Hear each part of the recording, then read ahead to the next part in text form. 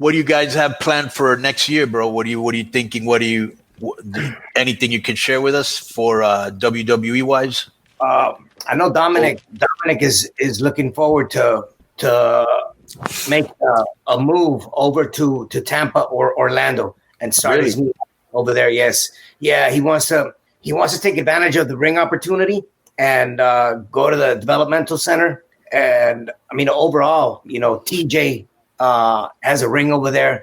He would benefit so much from just being out there, where everyone's at, and pick up, because he's still in that learning process. So I think it'll be very helpful for him to make the move and just to kind of start his own life, on his own. And eventually I'm sure that he'll probably get together with his girl, Marie, and they can start a family together, whatever they have planned. But overall, him to be up there in Tampa and to train would definitely pick up his momentum. What are your thoughts on this, D? No, I completely agree. I think it would benefit me to be just in Florida in general, because I have the PC in Orlando. Then I could pick so many people's brains there, and there's like my dad said, TJ in Tampa. So there, I just have a lot of options there to be able to pick and choose from, to be able to learn and just be able to grow myself as a wrestler. And I probably wouldn't permanently move down there, as far as like it'd probably be temporary, just until I could get on my feet down here in Cali, because I would hate to leave California. That's the thing, bro. You get spoiled living here. It's just the fucking taxes kill you. But so many people are moving to Vegas and to fucking Texas now. Yeah, because of that. So Dom, now that you've been in SmackDown, now you've been you've been in how long now? How long have you been in SmackDown? Since October 9th. That's it? No, 2 months? Yeah. That was when the draft was. No, but when you were doing all that shit with Brock, were you in SmackDown or you weren't SmackDown yet? No, I was on. I guess my dad was on Raw. I mean, I was just kind of. But you've been kind of in the system doing angles and stuff. Yeah. Like for a year, would you say? Yeah. I would say roughly about a year. Roughly about a year. Okay. So when you're sitting back there and you're watching the guys work, okay, give me like 2 or 3 names that you want to work with, that I want to get in the ring with this guy because I know I can have a good match, or I know that he can teach me. Andrade. I worked with him and Garza for very little, but there was something that I definitely would like to get like a whole match out of, because I think we could really do some good stuff. Bro, he's great. Looks like a star, and they just disappeared that motherfucker. Andrade, who else? Andrade, Garza, definitely. Randy, he's dope. He's just on another level right now, man. Who else? There's so many guys. Alistair, they haven't done anything with Alistair, and I'd love to work with Alistair. Who I could see Dom working. With Sami Zayn. Yeah, he's fucking good. Yeah. I didn't realize. I mean, I know he's good. I just never really had an opportunity to face him on a one-on-one. But I saw you in that match, and he based you very well because he grew up with lucha. You know what I'm saying? Yeah, he loves that lucha style. So right. I hope we get an opportunity to work with Sami. Yeah, he actually came to AAA for a shot once with Jack Evans. But I will say this: we were watching something. Oh, we were talking about Billy Kay. Mm-hmm. Now, I don't know what your opinion is, and I would like to hear this opinion. Would you rather have Billy Kay and Peyton Royce together or separate? And I'll tell you what I think. I don't know, man. I mean, we're so used to seeing them together. And Billy has such a fucking dope personality. She knows how to evolve her character. And, it just, for people that never seen her, it catches your attention. What's she talking about? So there's something definitely there. And I don't know if that helps Royce, or does it just put Billy more over than Royce?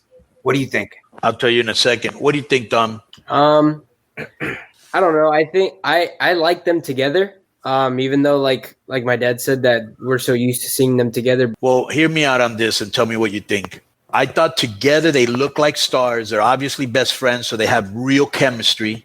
They were very funny together with the little poses and iconics and all that. Okay. Yep. But they're both very green. So I think you do a disservice when you break them up because they're not ready and you see it. Peyton isn't, even though she's still good looking and all that, she's missing something. And Billie Kay is very entertaining. She's not that good of a wrestler yet. She's missing something. Together, you have something special. I think they should have kept them together for like 2 or 3 years. Then in 2 or 3 years, when they're both mature enough in the ring to start, you know, you can separate them. I think they separated them too early. Yeah. There's definitely talent within both of them. Yeah. You know, but like you said, you know, it's flourishing right now. You know, so it's not out all the way yet. Yeah. So like I'll give you an example. I always thought when Lana was with what was his name? The Rusev. I always thought when she was with Rusev, wow, they just looked like stars. That looked great. That was awesome. And ever since they took Lana out, who I think is very hot in person, they put her with Dolph Ziggler. That fucking sucked. And just about everything that Bobby Lashley thing I thought was brutal. Like she hasn't been the same. Even though Rusev was kind of able to get himself over with that Rusev Day thing. You know, he did get himself over. I just thought together they were money. Right. Well, when you have that connection in real life, you know, you can always display that on TV, and it's more organic. Right. And so why don't you? But I just think that should be capitalized on. You know what I'm saying? Yeah. No. So what are your guys' plans for next year when things get back to normal? Is there any projects outside of wrestling we should know about, or anything you're looking forward to doing, or no? No, I'm just hoping we can start getting fans into the arenas, man. Whether it's just, you know, a little, but I think that's going to be essential for this upcoming year, man, and it'll definitely boost up our morale. I think as performers, to be able to see fans out in the stands and just let them enjoy, you know. I have yet to see fans. Yeah, wrestling moments. You know, I'm hoping that just like we saw it throughout NFL games, you know, we saw it through baseball, MLB. You know, we need to hopefully start letting fans in by next year. And not only that, you know what's sad? Because the hardest Triple Mania I've ever had to put together was this last Triple Mania, because there were no fans and COVID and all that bullshit. Yeah.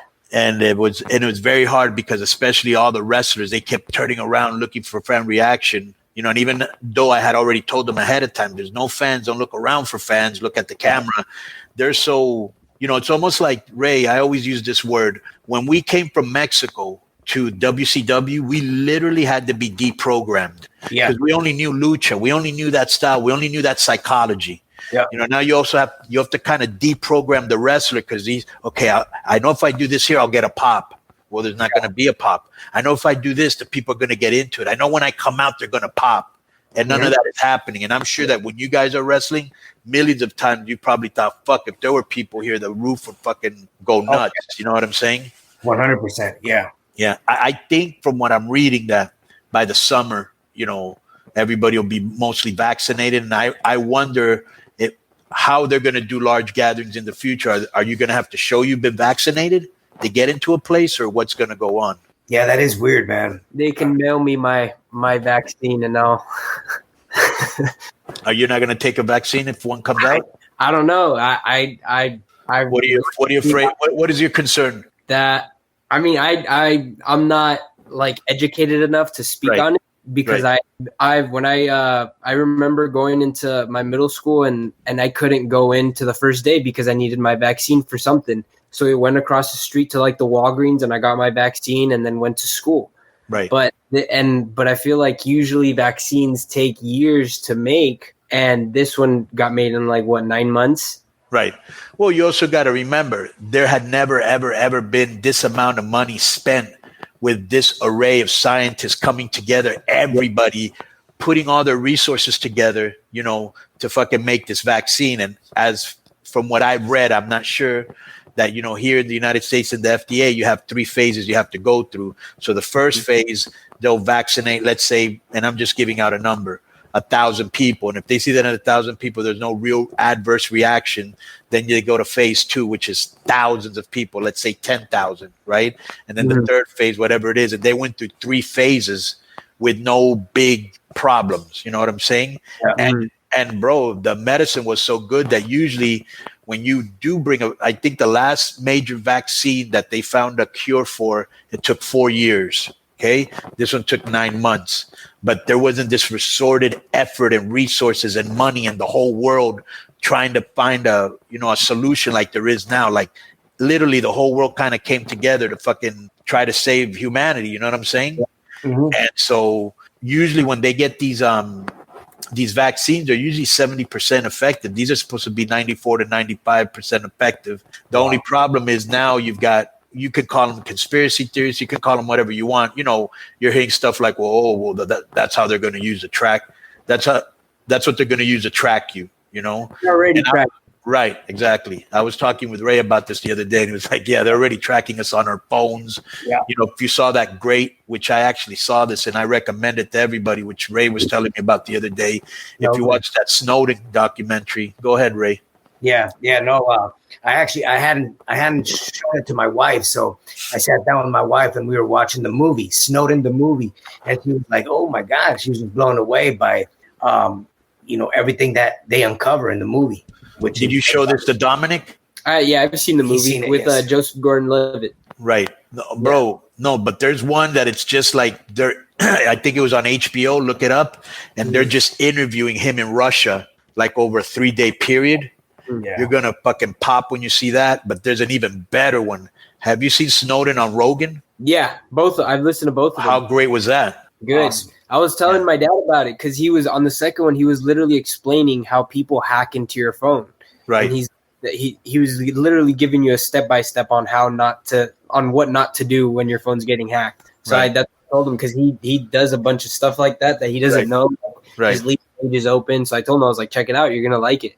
Right. Yeah, and the way that they spy on you with the cameras, make sure you cover the camera thing, and just the way that they were using the Patriot as an excuse to spy on everybody and lying to everybody that they were just looking for terrorists when it was just an excuse to, my dad always used to tell me this, and I used to say, okay, he always used to say, well, if you're not doing anything, you shouldn't be worried about anything. Okay, it's not that I'm not doing anything. I don't want people spying on me. Bottom line, if I'm not doing anything, if you don't have a reason to spy on me, why are you spying on me? Yeah. He's like, well, if you're not doing anything, you shouldn't worry. That's not the point.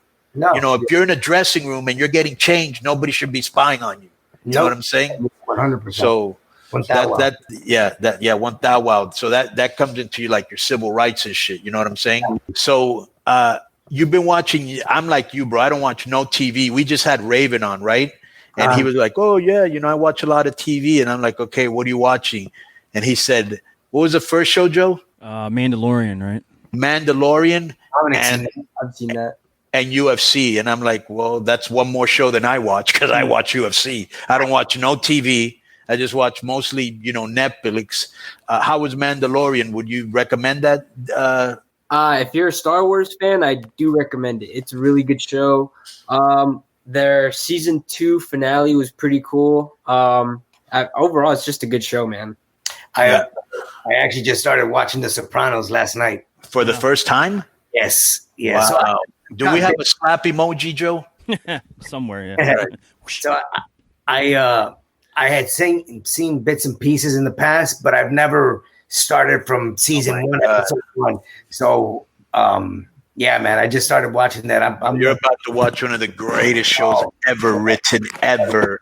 Yeah, and one of the greatest characters, and one of the greatest characters. James Gandolfini's one of the greatest characters in history. Yeah, bro. So sad that he's not here with us anymore. Yeah, this guy's a big fan of them, Joe. Right? Yeah. Aren't they supposed to be coming out with a Soprano movie like the early years? Yeah, the prequel's out in March, so you'll be just in time, probably. Oh wow! Have you seen? You've seen it, right, Dom? No, I told him about it because I got HBO Max, and I was like, I gotta check out The Sopranos. So I told him about it, and I was like, hey, I just picked up HBO Max. I was like, if you want to watch The Sopranos, and he's like, oh hell yeah. Are you watching it together? No. Okay. I started it before him. Where are you now? I'm in episode 4, season 1. You I just Dom? started last night. On episode 2. I kind of Season 1? I kind of slacked. Bro, how could you have only seen 2 episodes and stopped? I mean, I would have blitzed that whole that show is so fucking dope. My PS5, I'm constantly getting notifications from my game, so I see something and I'm like, oh, Rocket League or Call of Duty, and I'll just jump on there. Did you see The Wire? No. Did you, gotta, Ray? You got to see The Wire. No. Oh my God, bro! That's one, bro. You have now, right now that you're at home, watch The Sopranos and watch The Wire. 2 of the greatest shows ever. I had heard you talk about The Wire too, so that's another one on my list. I just started watching. It just came out on I think it's Showtime. It's Your Honor with the dude from from Breaking Bad. Yeah. Which I love there's only 3 episodes out right now. Wow, it's really good because they put the scenario based on a real life situation. What's his name? It's Bryan Cranston. Yeah.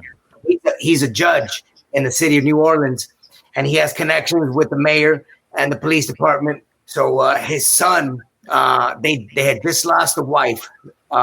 So the son was mourning, went to go drop something off where they had killed the mom.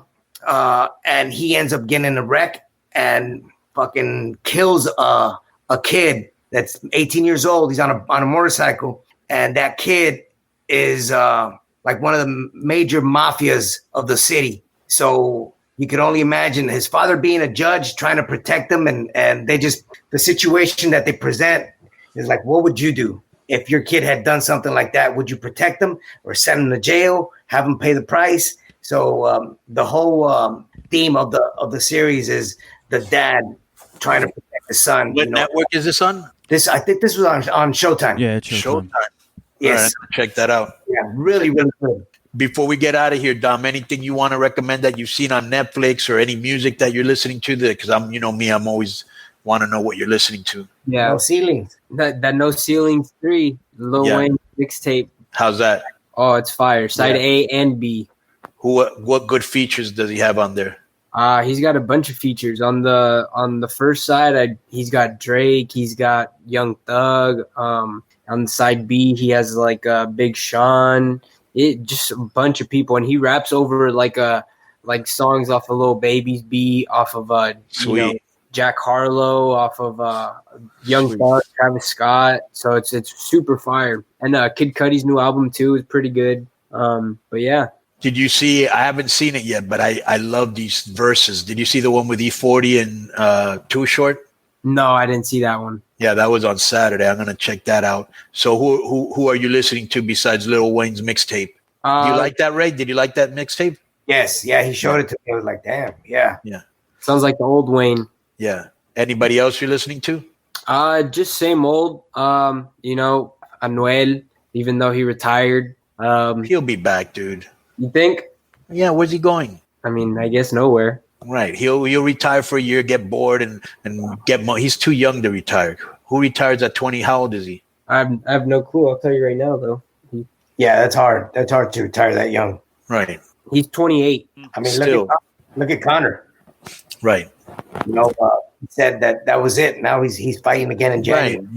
It's it in that moment because you're bored or you're mad or you're tired and then you start missing it and you're like, well, where else am I going to make this money? I'm good at it, unless they've got some big movie part for Anuel we don't know about. You know what I'm saying?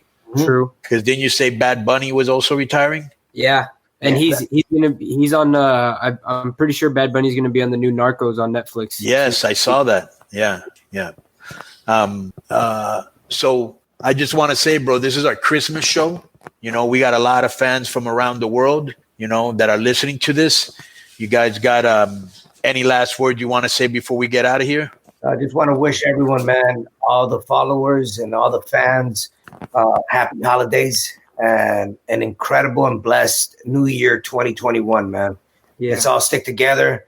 Let's work hard. Let's stay optimistic and let's stay positive. Yes, sir. Yeah. Montawa, for sure, man. I love you, Ray. I love you, Dom. Merry Christmas. Say hi to the family, Leah, Angie, everybody. And I want to thank you guys for being on the Christmas special of Keeping It 100. Boom. Thank you guys. Thank you guys for having us.